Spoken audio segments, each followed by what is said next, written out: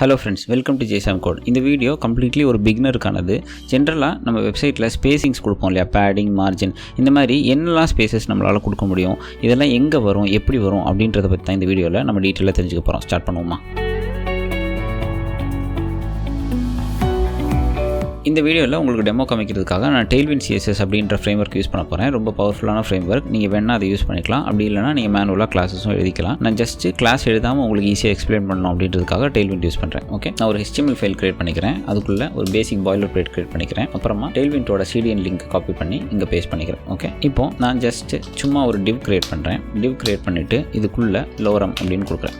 Okay, dummy text கொடுத்துருக்கேன். இதை ஒரு லைவ் சர்வரில் ஓப்பன் பண்ணிவிட்டு இதை இன்ஸ்பெக்ட் பண்ணி நம்ம பார்க்கலாம். இப்போ பாருங்கள், இந்த மாதிரி உங்களுக்கு கிடச்சிருக்கு. இதை நான் ரைட் கிளிக் பண்ணி இன்ஸ்பெக்ட் கொடுக்குறேன். இப்போ பார்த்தீங்கன்னா பாடி டேக்குள்ளே நம்ம ஒரு டிவ் கிரியேட் பண்ணியிருப்போம். அந்த டிவ்வை இங்கே கிளிக் பண்ணிங்கன்னு வச்சுக்கோங்களேன். ரைட் சைடில் கீழே ஸ்க்ரோல் பண்ணிங்கன்னா உங்களுக்கு இந்த மாதிரி ஒரு இன்ஸ்பெக்டர் இருக்கும். இதில் பார்த்தீங்கன்னா இதுதான் ஆக்சுவல் கண்டென்ட்.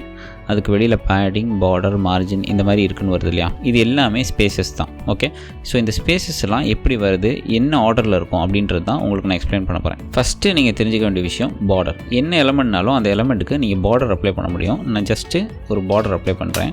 நான் பார்டர் அப்படின்னு கொடுத்துறேன். ஓகே, இப்போ இதை சேவ் பண்ணிட்டோம் அப்படின்னா உங்களுக்கு ஒரு லைட் கலரில் பார்டர் கிடச்சிருக்கும். தெளிவாக தெரியறதுக்காக நான் பார்டரோட கலரை நான் ரெட்டுன்னு மாற்றிக்கிறேன்.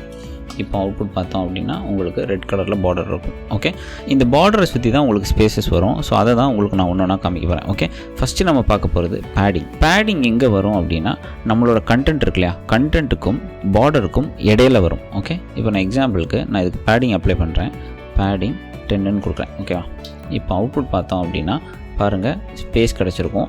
இந்த ஸ்பேஸ் பார்த்தீங்கன்னா நம்மளுடைய எக்ஸாக்ட் கண்டென்ட்டுக்கும் பார்டருக்கும் நடுவில் இருக்கும். ஓகே, இதுதான் பேடிங். இப்போ நீங்கள் இன்ஸ்பெக்ட் பண்ணி கீழே பாருங்கள், கண்டென்ட்டுக்கு வெளியில் நம்ம கொடுத்த பேடிங் அப்ளை ஆகிருக்கும். ஓகே, அதுக்கு வெளியில் தான் பார்டர் இருக்கும். அந்த பார்டரோட சைஸு 1ன்னு இருக்குது. இப்போ பார்டரோட சைஸை நம்ம ஆல்டர் பண்ண முடியும். நான் ஜஸ்ட் என்ன பண்ணுறேன்னா பார்டரோட சைஸை கொஞ்சம் இன்க்ரீஸ் பண்ணுறேன். பார்டர் நான் 8ன்னு கொடுக்குறேன். இது எல்லாமே டெயில்விண்டில் இருக்கிற கிளாஸஸ். ஜஸ்ட்டு பார்டருக்கு ஒரு அளவு வேல்யூ இருக்கும் அப்படின்னு நீங்கள் ஞாபகம் வச்சுக்கிட்டா போதும். ஓகே, நான் சேவ் பண்ணிவிட்டேன். இப்போ பாருங்கள், உங்களுக்கு கீழே ஸ்க்ரோல் பண்ணிங்கன்னா பார்டர் 8 அப்ளை ஆகிருக்கும். ஓகே, இப்போ அவுட்புட் பார்த்தீங்க அப்படின்னா உங்களுக்கு பார்டர் திக்காக இருக்கும். ஓகே, இப்போவும் பாருங்கள், கண்டென்ட் இருக்குது, அதுக்கு பக்கத்துலேயே பேடிங் இருக்குது, அதுக்கு வெளியில் தான் பார்டர் இருக்குது. ஓகே, அடுத்து நம்ம பார்க்க போகிறது மார்ஜின். மார்ஜின் எங்கே வரும் அப்படின்னா பார்டருக்கு வெளியில் வரும். பேடிங் பார்டருக்கு உள்ளே வரும், மார்ஜின் பார்டருக்கு வெளியில் வரும். ஓகே, இப்போ நான் என்ன பண்ணுறேன்னா மார்ஜின் 10 கொடுக்குறேன். ஓகே, இப்போ நம்ம சேவ் பண்ணிவிட்டு அவுட்புட் பார்த்தோம் அப்படின்னா இப்போ பாருங்கள், இந்த பார்டருக்கு வெளியில் முன்னாடி ஸ்பேஸ் இல்லாமல் இருந்துச்சு, இப்போ ஸ்பேஸ் வந்திருக்கு. இதுதான் மார்ஜின்.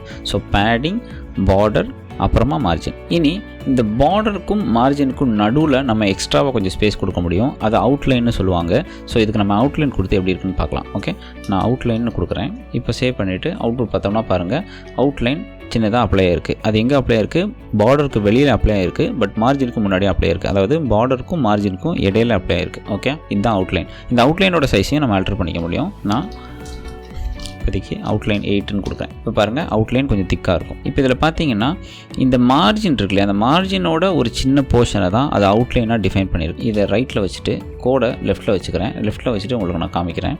இப்போ என்ன பண்ணுறேன்னா இந்த அவுட்லைனை நான் ரிமூவ் பண்ணுறேன். ஓகே, அவுட்லைனை ரிமூவ் பண்ணாலும் பாருங்கள், பார்டர் இருக்கிற இடத்துலேயே தான் இருக்கும். பார்டர் இருக்கிற இடத்துலேயே தான் இருக்கும். அதுக்கு வெளியில் இருக்க அவுட்லைன் மட்டும்தான் போயிருக்கும். பார்டர் அங்கிட்டு இங்கிட்டும் நகரல. கரெக்டாக இப்போ நான் அவுட்லைன் வைக்கிறேன்.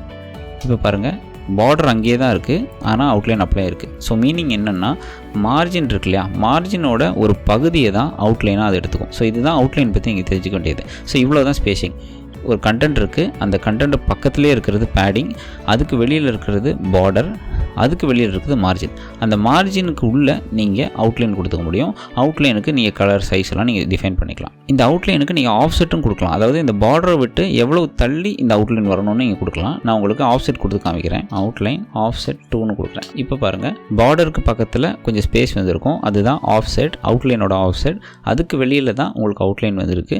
அப்புறமா மார்ஜின் உங்களுக்கு கன்னியூ ஆகுது. ஓகே, பட் இந்த அவுட்லைனும் அவுட்லைனோட ஆஃப்செட்டும் மார்ஜினோட ஸ்பேஸில் தான் வருதே தவிர தனி ஸ்பேஸ் கிடையாது. மார்ஜினுக்குள்ளே தான் அது இருக்குது. ஸோ நான் இன்னொரு தடவை சொல்கிறேன், கண்டென்ட்டுக்கு வெளியில் பேடிங், அதுக்கு வெளியில் பார்டர், அதுக்கு வெளியில் மார்ஜின். இந்த மார்ஜினோட ஒரு பகுதியாக தான் அவுட்லைனோட ஆஃப்செட்டும் அவுட்லைனும் இருக்குது. ஸோ இவ்வளோ விஷயங்கள் ஸ்பேசிங் பேஸ் பண்ணியிருக்கு. ஓகே, இது இல்லாமல் கேப் அப்படின்னு சொல்லிட்டு ஒரு விஷயம் இருக்குது, அதுவும் நான் உங்களுக்கு காமிச்சிடுறேன். நான் என்ன பண்ணுறேன் அப்படின்னா, இந்த டிவ்வை கட் பண்ணிவிட்டு ஒரு வெளியில் ஒரு டிவ் கிரியேட் பண்ணுறேன். அதை நான் ஃப்ளெக்ஸாக வச்சுட்டு இந்த டிவ்வை உள்ளே பேஸ்ட் பண்ணுறேன். அதை இன்னொரு தடவை நான் பேஸ்ட் பண்ணிடுறேன். ஓகே, இப்போ 2 எலமெண்ட் இருக்குது. இப்போ பார்த்தோம்னா இந்த மாதிரி வந்திருக்கும். இப்போ நம்ம ஃப்ளெக்ஸாக கொடுத்துருக்கனால நமக்கு இந்த மாதிரி வந்திருக்கு. ஸோ ஒரு எலமெண்ட் இருக்குது, இந்த பகுதி வரைக்கும் தான் ஒரு எலமெண்ட், பகுதிக்கு அப்புறமா அடுத்த எலமெண்ட். ஓகே, இப்போ இந்த 2 எலமெண்ட்டுக்கு நடுவில் நமக்கு ஸ்பேஸே கிடையாது. இந்த எலமெண்ட்டோட மார்ஜின் தான் இங்கே தெரியுது, இந்த எலமெண்ட்டோட மார்ஜின் தான் இங்கே தெரியுது. ஸோ நடுவில் அது இல்லாமல் ஸ்பேஸ் கிடையாது. அங்கே ஸ்பேஸ் வேணும்னா நீங்கள் கொடுக்க முடியும், அதுக்கு நீங்கள் கேப் யூஸ் பண்ணலாம். ஓகே, நான் ஜஸ்ட் என்ன பண்ணுறேன்னா, அவுட்டர் டிவ் இருக்கு இல்லையா, இந்த ஃப்ளெக்ஸு, அங்கே நான் கேப் கொடுக்குறேன்.